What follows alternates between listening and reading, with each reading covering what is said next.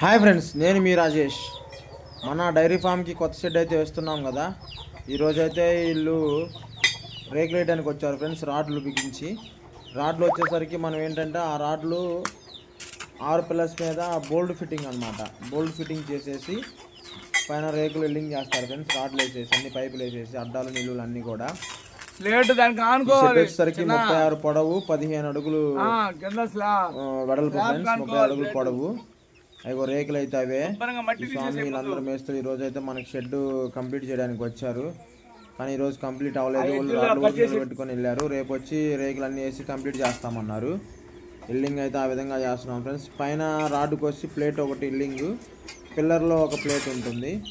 ఈ విధంగా అయితే మన షెడ్ ప్రజెంట్ ప్రోగ్రెస్లో ఉంది ఫ్రెండ్స్ వర్క్. మన డైరీ ఫామ్ కంప్లీట్ అయితే మనకున్న గేదెలు కాకుండా ఎక్స్ట్రా గేదెలు కూడా తీసుకొచ్చి డైరీ ఫామ్ బాగా చేద్దాం అనుకుంటున్నాను. మీరు సపోర్ట్ అయితే చేయండి ఫ్రెండ్స్. అది ఎల్లింగ్ అయితే పట్టిస్తున్నాం కదా, మొత్తం కూడా స్టాండర్డ్గా చేపిస్తున్నాం.